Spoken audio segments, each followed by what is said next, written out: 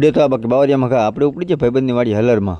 એક ભાઈબંધ આપણે સુંદરગઢથી આવ્યો હતો અને બીજા બધા ગામના હતા અને હલર આવી ગયું છે. તો ચાલો આપણે જે હલર આગળ. તો ફાઇનલી દોસ્તો આપણે હલર આગળ તો પહોંચી ગયા, પણ બે ત્રણ શેરા ભેગા કરવાના બાકી હતા. તો આપણે પહેલા શેરા ભેગા કરી લઈશું. તો આપણે ચડી ગયા હલર ઉપર ને શેરા ઉપાડવા શેરો ઉપાડી લીધો અને પછી કહી દીધું બોલો ભેરોજી મહારાજ કી જય. જય બોલવાનો મિત્રો શેરો ઘા કરી દીધો, પણ હલરમાં નાખવાનું પેલું મુહૂર્ત કરી નાખ્યું આપણે ભાઈબંધે. એટલું જીરું નાખ્યું હલર. પછી શું મિત્રો આપણે આવી જાય ઢગામાં આપણે કરી દઈશું જીરું નાખવાનું ચાલુ, પછી નીકળી જઈશું બારા. આપણે મિત્રો જીરું નાખવાનું ક્યાંનું ચાલુ કરી દીધું, પણ હલર કેમ અત્યારે ચાલુ થયું.